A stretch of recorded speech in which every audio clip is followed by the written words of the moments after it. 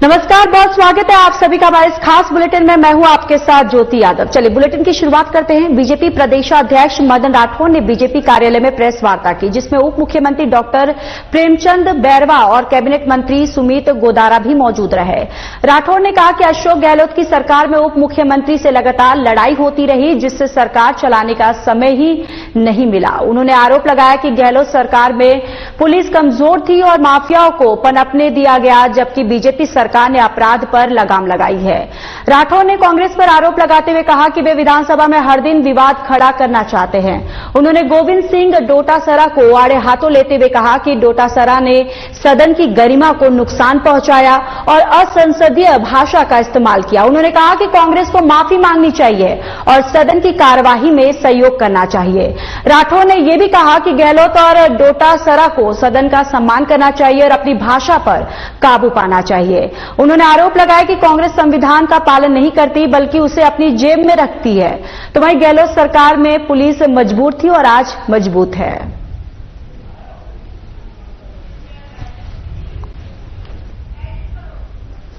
तो देखिए, यहां पर कांग्रेस जो है वो विधानसभा में विवाद जो है वो खड़ा हो गया। यहां पर आरोप प्रत्यारोप का दौर जो है शुरू हो गया। जिस तरीके से यहां पर बीजेपी की तरफ से कांग्रेस पर कई आरोप लगाए गए हैं और आपको बताते चले कि यहां पर बीजेपी ने यह आरोप लगाया है कि कांग्रेस जो है वो गहलोत सरकार जो है वो सिर्फ यहां पर लड़ाई में और आरोप प्रत्यारोप में रह गई, लेकिन अब बीजेपी की सरकार में यहां पर विकास हो रहा है और विकसित भारत में यहां पर और भी बढ़ोतरी हो रही है। और साथ ही साथ उन्होंने पुलिस प्रशासन पे भी यहां पर कटाक्ष करते हुए कहा कि उनकी सरकार में पुलिस जो थी वो मजबूर थी और बीजेपी की सरकार में पुलिस जो है वो मजबूत है।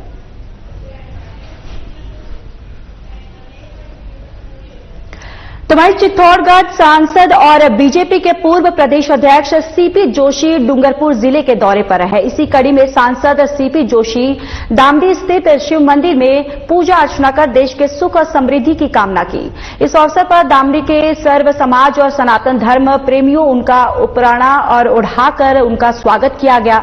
इस अवसर पर दामडी, देवड़ा, पुनाली और आसपास के सर्व समाज के लोग उपस्थित थे।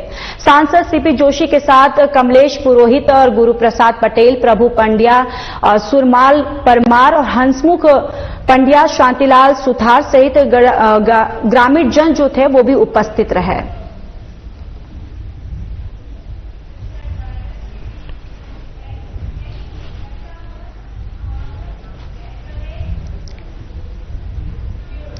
तो वहीं राजस्थान माध्यमिक शिक्षा बोर्ड की रेट 2024 एग्जाम का आज पहला दिन रहा। पहले दिन के पहली पाली में 4,61,321, दूसरी पाली में 5,41,599 परीक्षार्थी रजिस्टर है। बीकानेर में 45 सेंटर्स पर परीक्षा का आयोजन हुआ और पहली पाली की परीक्षा 12:30 बजे खत्म हुई। कैंडिडेट्स ने बताया कि पेपर आसान था। तो वहीं परीक्षा सेंटर्स में एंट्री से पहले कैंडिडेट्स की कड़ी जांच की गई। महिलाओं की ज्वेलरी, हाथ में बंधे धागे खुलवा दिए गए। यानी कहे तो परीक्षा को लेकर प्रशासन की तरफ से पुख्ता इंतजाम जो है वो पूरी तरह से यहां पर देखने को मिला है। तो देखिए, बीकानेर में यहां पर एग्जाम हुए, जिसको लेकर यहां सेंटर्स में एंट्री से पहले और कैंडिडेट जो है उनकी जांच पड़ताल जो है वो काफी कड़ाई से यहां पर की गई है। और आप ये तस्वीरों में भी देख सकते हैं कि किस तरीके से जो परीक्षार्थी हैं, जो छात्र हैं, यहां कतार में खड़े हुए हैं और बारी बारी से उनकी जो चेकिंग है वो की जा रही है। और साथ ही साथ जो छात्राएं थी, जो महिला छात्रा थी, उनके ज्वेलरी और धागे तक यहां पर निकलवा लिए गए हैं। यानी कि पूरी तरह से रीट एग्जाम को लेकर यहां पर प्रशासन जो है वो पूरी तरह से एक्शन मोड में दिखाई दिया। इंतजाम जो है वो काफी सख्त यहां पर देखने को मिला है। और ये तस्वीरों में भी आप देख सकते हैं कि किस तरीके से यहां पर बारी बारी से चेकिंग जो है वो कैंडिडेट्स की जा रही है, ताकि एग्जाम जो है वो पूरी तरह से शांतिपूर्ण तरीके से संपन्न हो पाए।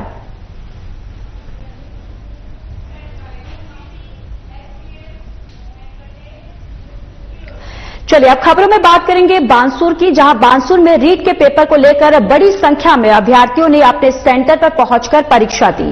बानसूर एसडीएम अनुराग हरित ने बताया कि 6 सेंटर बनाए गए। 6 सेंटरों पर लगभग 2192 अभ्यर्थियों के रजिस्ट्रेशन हुए। सुबह 2 सेंटर पर परीक्षा आयोजित हुई और वहीं सेकंड पाली में 6 परीक्षा केंद्रों पर परीक्षा आयोजित हुई है। परीक्षा केंद्रों पर पुलिस प्रशासन की चौकस निगरानी बनी रही और वहीं हर परीक्षार्थियों की वीडियोग्राफी और बायोमेट्रिक लेकर प्रवेश दिया गया और रीट की परीक्षा सरकार पारदर्शिता के साथ करवाने की कोशिश कर रही है। हर परीक्षा केंद्रों पर महिला पुलिसकर्मी भी तैनात किए गए। समय के अनुसार परीक्षार्थियों को प्रवेश दिया गया और वहीं बानसूर में परीक्षा केंद्र से किसी भी प्रकार से यानी किसी भी तरह से कोई अप्रिय घटना सामने नहीं आई है।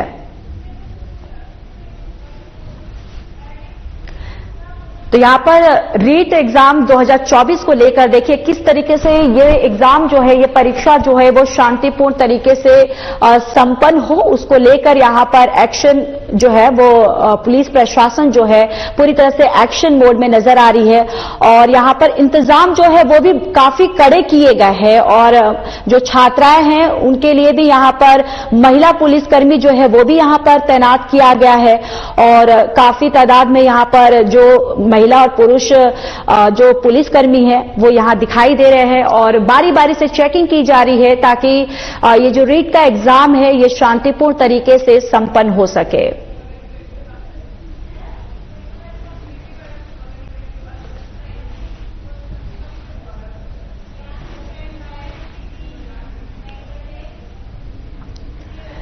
अपेक्ष यूनिवर्सिटी परिसर में विज्ञान एवं प्रौद्योगिकी विभाग राजस्थान सरकार और विज्ञान भारती के संयुक्त तत्वावधान में विज्ञान दिवस पर आयोजित विज्ञान महोत्सव में मुख्य अतिथि के रूप में संबोधित किया और कहा कि भारत सदियों से ज्ञान और विज्ञान में विश्व का नेतृत्व करता रहा है। उन्होंने महाभारत और रामायण के उदाहरणों से यानी एग्जाम्पल से भारतीय विज्ञान की समृद्धि को उजागर किया।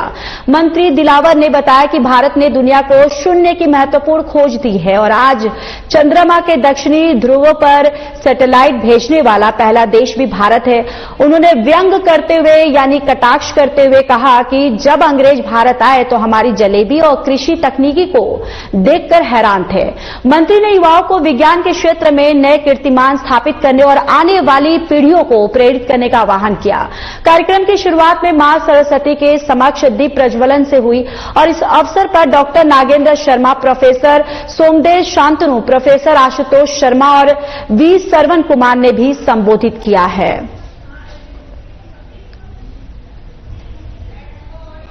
द्वारा 2 दिवसीय राजस्थान विज्ञान महोत्सव और हर वर्ष इसका आयोजन करते हैं। ये विद्यार्थी भारतीय साइंस के जानकार हैं जो आगे बढ़ना चाहते हैं, उसमें प्रेरणा बनता है। तो वहीं जयपुर के जोरावर सिंह गेट स्थित राष्ट्रीय आयुर्वेद संस्थान के पंचकर्म विभाग द्वारा स्वास्थ्य रक्षार्थ वासनितिक वमन कर्म शिविर का शुभारंभ किया गया। आमजन के बेहतर स्वास्थ्य और कफ दोष से जनित बीमारियों से बचाव के लिए निःशुल्क शिविर राष्ट्रीय आयुर्वेद संस्थान के पंचकर्म विभाग की तरफ से 28 फरवरी से 27 मार्च तक ये शिविर चलाया जाएगा और शिविर का उद्घाटन राष्ट्रीय आयुर्वेद संस्थान के कुलपति प्रोफेसर संजीव शर्मा ने किया। उन्होंने बताया कि आयुर्वेद के माध्यम से आमजन के बेहतर स्वास्थ्य के लिए मौसम परिवर्तन से जनित रोगों से जो रोगों की रोकथाम और उससे बचाव के लिए राष्ट्रीय आयुर्वेद संस्थान द्वारा समय समय पर कई कार्यक्रमों और गतिविधियों को निःशुल्क जाता है और राष्ट्रीय आयुर्वेद संस्थान के पंचकर्म विभाग द्वारा बेहतर स्वास्थ्य के लिए ऋतु शोधन कार्यक्रम के अंतर्गत समय समय पर वमन और विरचन रक्त मोक्षण के साथ अन्य शिविरों का सफल आयोजन किया जाता है। तो देखिए 27 मार्च तक ये शिविर जो है लगाया जाएगा, जहां पर कफ जनित बीमारियों से संबंधित यहां पर इलाज होगा और इलाज जो है वो बिल्कुल निःशुल्क है और आपको बताते चले कि एक बेहतर मुहिम जो है की गई है यहां पर। और ये जयपुर से खबर आपको बता रहे हैं जहां पर कफ जनित बीमारियों से यहां पर बीमारी जो है वो उससे निजात मिलेगी, निःशुल्क बीमारियों का यहां पर इलाज होगा। और वासनितिक वमन कर्म शिविर का ये दरअसल शुभारंभ हुआ है और यहां आप निःशुल्क बीमारी का यहां पर इलाज करवा सकते हैं और 27 मार्च तक ये शिविर जो है वो लगाया जाएगा।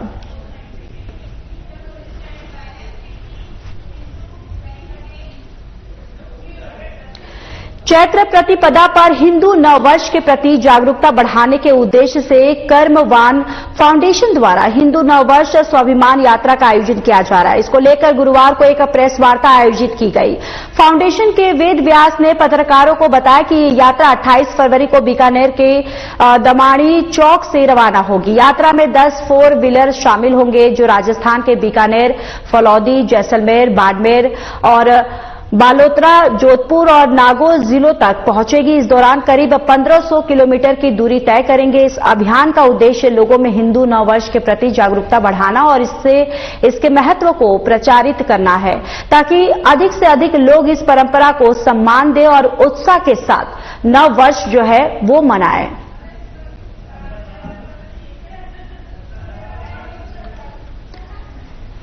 तो देखिए ये नववर्ष को लेकर यहां पर ये यात्रा जो है की जाएगी और इस यात्रा में 10 4 व्हीलर जो है वो भी शामिल होगा और इसका उद्देश्य ये है कि ताकि हिंदू धर्म में नए वर्ष को लेकर यहां पर जागरूकता फैलाया जाए। हिंदू नववर्ष स्वाभिमान यात्रा का ये दरअसल आयोजन किया जा रहा है और इसका उद्देश्य यही है कि हिंदू नववर्ष को लेकर हिंदुओं में ये एक प्रतीक जगा सके और 28 फरवरी को ये यात्रा जो है वो रवाना होगी और इसमें 10 व्हीलर जो है वो भी इसमें इस यात्रा में शामिल होगी।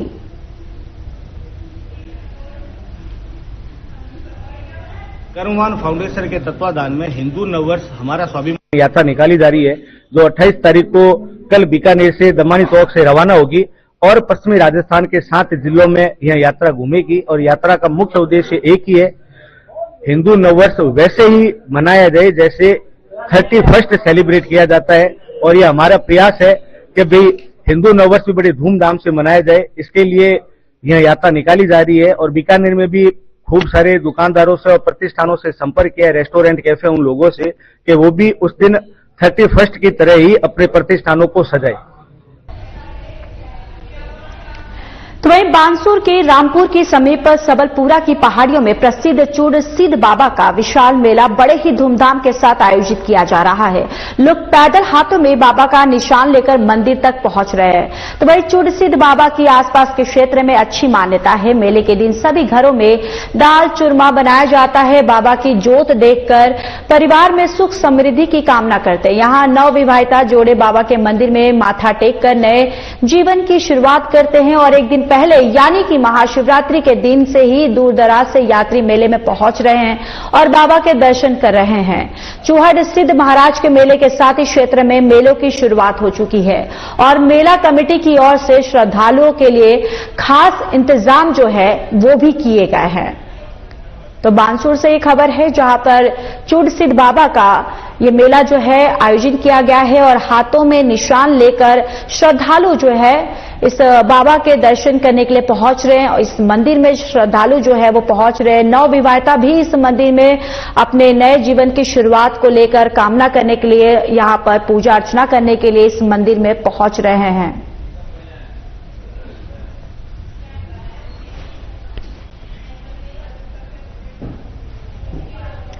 तो वहीं राजगढ़ कस्बे में एक ट्रेलर चालक ने शराब के नशे में हाई वोल्टेज ड्रामा कर दिया है। आपको बताते चले कि ट्रेलर चालक ने तेज और लापरवाही चलाते हुए कस्बे के टहला बाईपास पहुंचा जहां उसे ग्रामीणों ने रोक लिया और ट्रेलर को खड़ा करवा लिया। सूचना पर राजगढ़ थानाधिकारी राजेश मीना जाप्ते के साथ मौके पर पहुंचे जहां उन्होंने चालक को ग्रामीणों से दस्तयाब कर ट्रेलर को जब्त कर लिया। चालक इतना नशे में था कि ट्रेलर फाटक पर खड़ा कर करीब 15 मिनट तक सड़क को जाम कर दिया।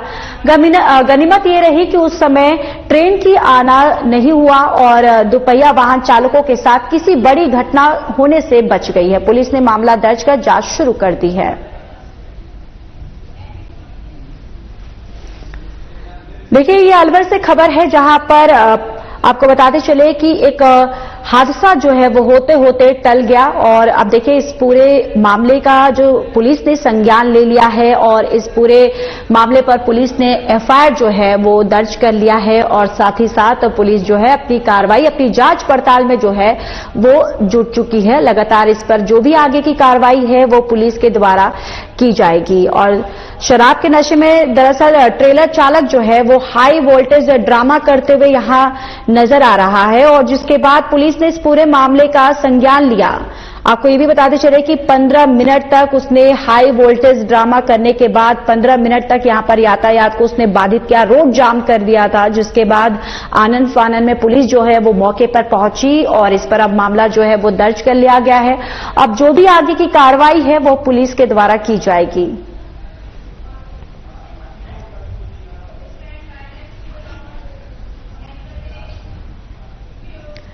तो वही जवाहर कला केंद्र की पाक्षिक नाट्य योजना के तहत बुधवार को रंगायन में नाटक हेलो मिस्टर परसाई का मंचन किया गया। ये नाटक प्रसिद्ध व्यंग्यकार हरिशंकर परसाई की 3 प्रमुख कहानियों साहब महत्वाकांक्षी, इंस्पेक्टर राम सिंह की ट्रेनिंग और राम भरोसे का इलाज पर आधारित था। नाटक की शुरुआत एक किताब से होती है जिसमें से किरदार जो है वो बाहर आते हैं और मिस्टर परसाई से संवाद करते हैं। इन किरदारों का कहना है कि उनके बारे में जो किताबों में लिखा गया है वो कभी हुआ ही नहीं। वे परसाई से विद्रोह करते हैं क्योंकि उन्होंने समाज को बदलने का जो कल्पना की थी वो पूरी नहीं हो पाई है। सुरेश आचार्य द्वारा निर्देशित इस नाटक में सामाजिक और राजनीतिक मुद्दों पर व्यंग किया गया था और ये नाटक दर्शकों के बीच साहित्य और समाज के बीच के संबंधों को उजागर करता है। नाटक में मंच पर कलाकारों में मालू सिंह राठौड़, रमेश शर्मा, प्रहलाद सिंह और राज पुरोहित, सुरेश आचार्य, प्रियंका आर्य, प्रतीक कुमार प्रजापत और राहुल ऋषिदेव, मोहित शर्मा और अभिषेक शर्मा शामिल रहे। अगले दिन गुरुवार को स्वदेश दीपक द्वारा लिखित नाटक कोर्ट मार्शल का मंचन अखिलेश नारायण के निर्देशन में किया जाएगा।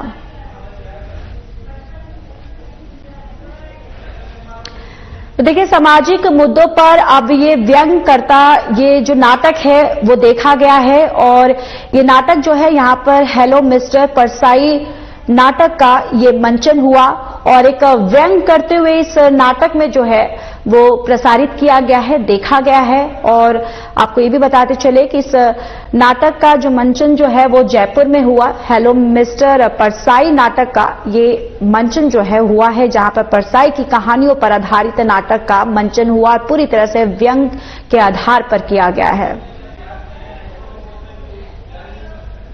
जयपुर में नाटक हेलो मिस्टर परसाई का मंचन हुआ और हमारी पूरी टीम ने मिलकर उस नाटक का निर्माण किया है। और हरिशंकर परसाई जी जो भारत के विख्यात व्यंग्यकार हैं, उनकी 3 कहानियों के आधारित है ये नाटक और उनके अन्य नाटकों से भी कुछ हमने डायलॉग्सों को इस नाटक में समाहित किया है। और बेसिकली हरिशंकर परसाई की लगभग 50-60 कहानियां पढ़ने के बाद जो एक स्केच बना इस नाटक को लेकर, तो उसी के इस तीनों कहानियों को गूंथा गया है। और कहीं ना कहीं दूसरी कहानियों में ऐसा लगा मुझे हरिशंकर परसाई जी के जो अंदर का द्वंद्व या उनके अंदर जो गुस्सा है या जो रोष है वो मुझे दूसरी कहानियों में नजर आया। तो मैं उस गुस्से को भी इस नाटक में मैंने दिखाने का प्रयास किया है। और कहीं ना कहीं मुझे ये भी लगता है कि शायद वो जो हरिशंकर परसाई जी का जो रोष है, गुस्सा है, वो कहीं ना कहीं एज ए निर्माता मेरा भी कुछ प्रकाश आ ही जाता है। खबर हनुमानगढ़ से है जहां जिला कलेक्टर कानाराम ने हनुमानगढ़ पंचायत समिति और नगर परिषद कार्यालय का औचक निरीक्षण किया। इस दौरान उन्होंने कार्यालयों की सभी शाखाओं का अवलोकन करते हुए रिकॉर्ड को जांचा और टाउन पंचायत समिति में विशेष रूप से स्थापना, संपर्क एवं शिकायत विधि सहित पंचायत शाखा का निरीक्षण किया। मनरेगा शाखा का निरीक्षण करते हुए जिला कलेक्टर ने NMMS पोर्टल पर ऑनलाइन उपस्थिति चेक करने सहित निरीक्षण करने के निर्देश दिए।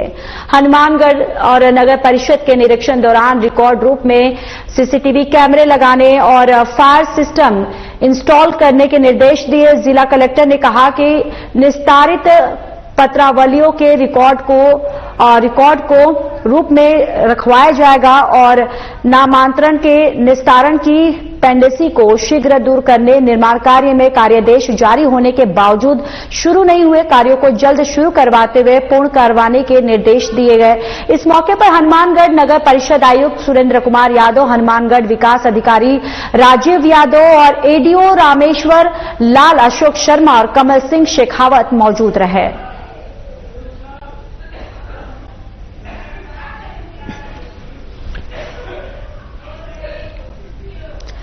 आई लीग में राजस्थान यूनाइटेड फुटबॉल क्लब और उरुग्वेयन खिलाड़ी मैकॉल गैब्रियल और कैब्रा ने अपने अविश्वसनीय गोल से फुटबॉल प्रेमियों को मंत्रमुग्ध कर दिया है। रियल कश्मीर के खिलाफ जयपुर में हुए मुकाबले में उन्होंने खेल के पहले हाफ में ऐसा गोल दगा है जिसे मौजूदा सीजन का सर्वश्रेष्ठ गोल माना जा रहा है। कैब्रा ने डी एरिया में साथी खिलाड़ी के पास को चेस्ट से नियंत्रित किया और शानदार संतुलन के साथ रिवर्स शॉट लगाकर गेंद को सीधे जाल में डाल दिया। ये गोल इतना बेहतरीन था कि विपक्षी गोलकीपर और खिलाड़ियों को भी हतप्रभ कर दिया और कमेंटरों ने इसे आई लीग के सीजन का सर्वश्रेष्ठ गोल बताया, जबकि सोशल मीडिया पर ये तेजी से वायरल हो गया। इंस्टाग्राम पर इस गोल के मीम्स बनाए जा रहे हैं और लोग इसकी तुलना दिग्गज फुटबॉलर क्रिस्टियानो रोनाल्डो के गोल से कर रहे हैं। फुटबॉल प्रेमियों ने इसे वर्ल्ड क्लास गोल की संज्ञा दी है।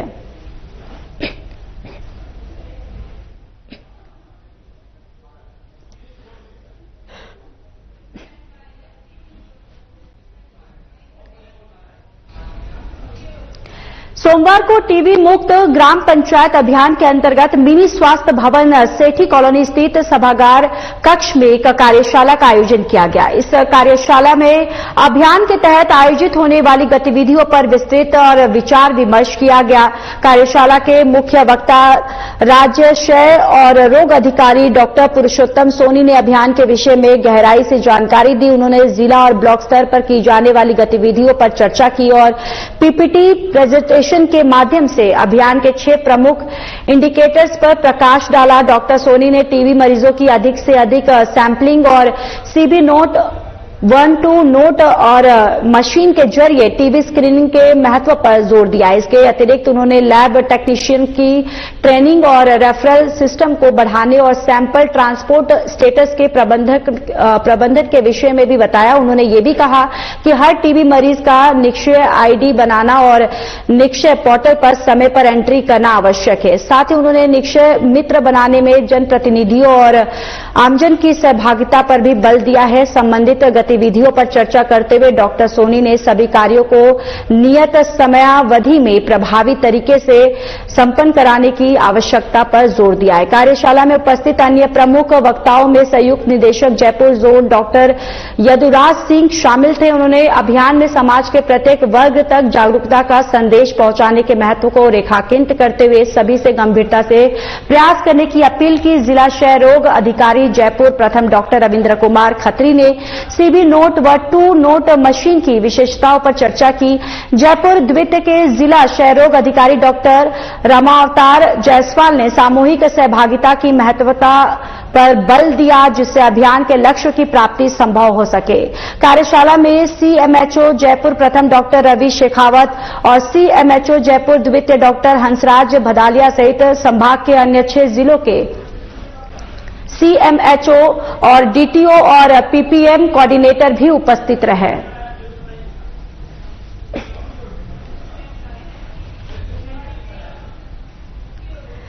चित्तौड़गढ़ जिला अंतर्गत पुलिस थाना कपासन और साइबर सेल की टीम ने संयुक्त कार्रवाई करते हुए अलग अलग स्थानों से 84 विद्युत ट्रांसफार्मर से ऑयल चोरी करने की वारदातों का खुलासा किया है और 7 आरोपियों को गिरफ्तार कर वारदातों में प्रयुक्त 2 ड्रिल मशीन और 2 ऑयल भरी जरिकेन और 1 ऑल्टो कार और 1 मोटरसाइकिल जो है वो जब्त की है। एसपी जोशी ने बताया कि 17 फरवरी को जेईएन और आरएससीबी कपासन अमित कुमार ने रिपोर्ट दी कि 2 फरवरी को छापरी और 7 फरवरी को बलारदा गांव के खेतों पर लगे विद्युत ट्रांसफार्मर से अज्ञात बदमाश रात के समय ट्रांसफार्मर में ड्रिल मशीन से छेद करके ऑयल चोरी करके ले गए और रिपोर्ट पर प्रकरण दर्ज कर जांच शुरू कर दी गई है।